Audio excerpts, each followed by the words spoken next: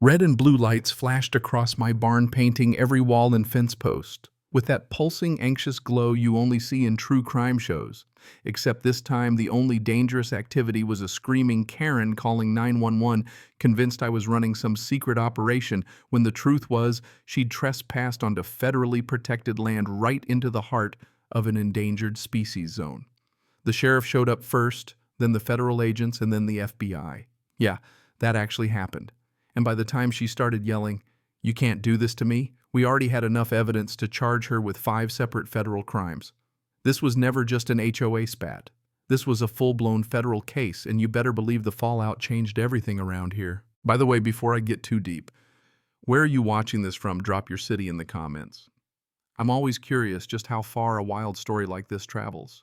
Trust me, you're about to hear exactly why revenge sometimes tastes a little too sweet, especially when it comes dressed in a pantsuit and clutching a clipboard. I swear I never thought a simple alarm bell would start a neighborhood war, but that's exactly how this all began early October.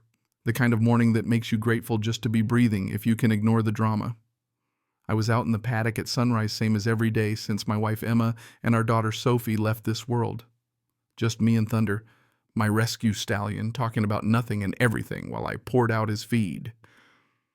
"You're the only one who gets me, big guy," I said, scratching behind his ears the way Sophie used to, and Thunder just snorted and went back to his breakfast, probably thinking I was the crazy one.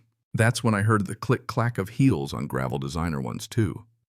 Around the corner marched Miranda Whitlock, HOA president, wearing her official blazer, wielding a clipboard like it was a weapon. Her hair didn't move in the breeze, probably held together with half a can of hairspray. "Good morning, Wyatt," she cooed, fake as sweetener, in a gas station coffee. "Hope you're well, because I have some important HOA business regarding your property." I set down the feed, tried to keep my voice steady. 2 decades as a wildlife biologist teach you how to handle bureaucrats. But Miranda was a whole different breed. She waved a document like it was a summons. "Your barn alarm is now in violation of our updated noise ordinance section 4.2b. You have 72 hours to remove it or face $500 daily fines." My gut twisted like it used to when feds tried to shut down my conservation work. I pointed to the horses grazing behind her. "Miranda, that alarm system saves lives. It's tied to the temperature controls, feeders, emergencies. Without it, these animals are at risk." She didn't blink. "Rules are rules," she said, ice cold. "You have 72 hours. Something in her face cracked just for a split second when I asked her exactly when the HOA had voted on this new rule, since state law requires 30 days notice for covenant changes. She fumbled her story, claimed there was an emergency session last week, but her confidence slipped and I smelled something rotten. I pulled out my phone, checked my email. That's funny because the last notice I got was for the community picnic 3 months ago. The color drained from her face like she'd seen a ghost. Right then, Jake Morrison, my neighbor and a retired cop, strolled over. "Everything all right here?" he asked, sizing up the tension. Miranda backpedaled. "Just routine business, Jake." But Jake wasn't buying it. "HOA members are entitled to review minutes and votes, Miranda." She glared daggers, but she knew better than to pick a fight with a cop. "Fine," she snapped. "I'll send the paperwork. But the 72-hour deadline stands." She stormed off, trailing expensive perfume and bad vibes. Jake leaned in, voice low. "When someone fights that hard to hide paperwork, it means they've got none. Check your cameras tonight, Wyatt. This isn't over." I nodded, feeling the storm coming. I didn't know then that Miranda had picked the worst target for her little power trip and that she was just getting started. That night at 2:30 a.m., Thunder's panicked whinny jolted me out of bed. My leg ached like hell, but I staggered to the window and saw a shadow by the barn, someone working a lock with bolt cutters, lights flickering like a horror movie. Even in the bad security cam feed, I could make out Miranda's silhouette breaking and entering, still in her fancy clothes.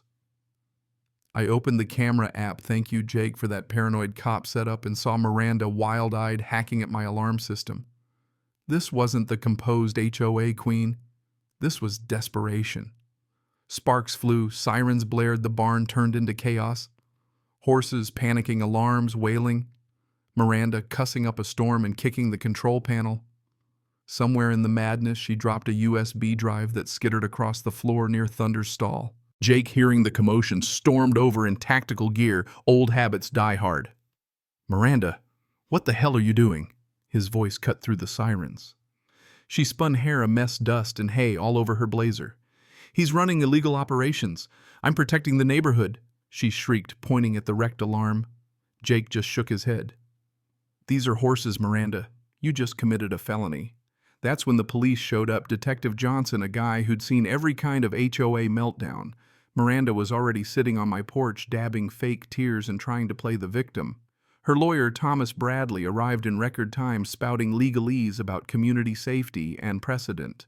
But Jake had the whole thing on video, and he made sure the detective watched every minute, multiple angles, crystal clear. The best part? The audio catching Miranda ranting about putting that crippled freak in his place. She blanched when she heard herself. As Johnson filed the first charges, Dr. Elena Rodriguez, my partner in the Federal Conservation Program, showed up to check on the horses. Her clinical report made Miranda's citizen's arrest story sound like a joke. Then came the real show. Miranda cornered, tried to spin things into a conspiracy, but the footage was damning and Jake had already started streaming it online. But Miranda wasn't done. At sunrise, she decided the no unauthorized access signs on my federal wildlife enclosure were just suggestions. She clipped the lock, triggered the federal alarm system, and within minutes the property was bathed in red and blue strobes. She actually called 911 on herself, rambling about explosives and drugs, just as the sheriff, federal agents, and finally the FBI showed up. Agent Sarah Chin, not the type to be impressed by HOA drama, made it clear, "Ma'am, you're in a federally protected habitat. You just committed a federal crime punishable by 50 years in prison." Miranda's jaw dropped. "But they're just horses," she squeaked. But Agent Chen wasn't having it. Elena's report added animal cruelty to Miranda's growing list of charges. Meanwhile, Jake's video went viral. 2.3 million views in a day. "Justice for Wyatt" trending nationwide. My phone exploded with messages. Some supportive, some just nosy, and Agent Chen showed up with the USB drive Miranda had dropped. What was on it? Evidence of a full-blown conspiracy, emails, financial records, bribes from Sunset Development Corporation, embezzlement of HOA funds, stalking, you name it. Turns out Miranda had never held that emergency HOA meeting. She forged the minutes, signatures, everything just to force me off my land. With the FBI's investigation underway and the public eating up every detail, Miranda's lawyer bailed, replaced by a public defender. But instead of backing down, Miranda doubled down, hosting a press conference, spinning tales of federal land grabs and property rights to a crowd of confused seniors and a few bored reporters. But Jake had a surprise. He dropped a 25-minute documentary online at the exact moment Miranda started her speech, exposing every one of her lies, crimes, and even recordings of her admitting to it all. The crowd shifted from applause to shock, and right then, Agent Chen marched in with an arrest warrant. Miranda was led away in handcuffs, muttering that she just wanted someone to need her, and for a second, I almost pitied her, almost. The HOA dissolved, replaced by a community cooperative. Jake became a citizen journalism legend. Elena's research changed federal guidelines in Thunder. He became an accidental YouTube celebrity. 6 months later, I watched Miranda sentenced to 18 months in prison, 3 years probation, and enough fines to keep her bankrupt for life. And then, on the first anniversary of the Thornfield Wildlife Center, my dream made real. I received a letter from Miranda asking for a second chance. Against my instincts, we let her volunteer under strict supervision. The first day, a documentary crew caught her mucking stalls surrounded by the horses she'd once endangered, trying to make amends. Maybe she'll never be my friend, but the work matters more than grudges. Justice, it turns out, isn't just about punishment. It's about giving people the chance to become better than their worst moments. Sometimes the real win is seeing someone change even when it costs you to forgive. Now, what do you think, was justice served, or did Miranda get off too easy? Have you ever tangled with someone who tried to tear down everything you built? Or maybe you've been on the other side making mistakes you wish you could take back. Drop your thoughts in the comments. Your story might help someone else heal. If this saga hit home, Hit like, subscribe for more stories, and help us build a community where every voice matters. Thanks for being here. Until next time, keep believing in second chances.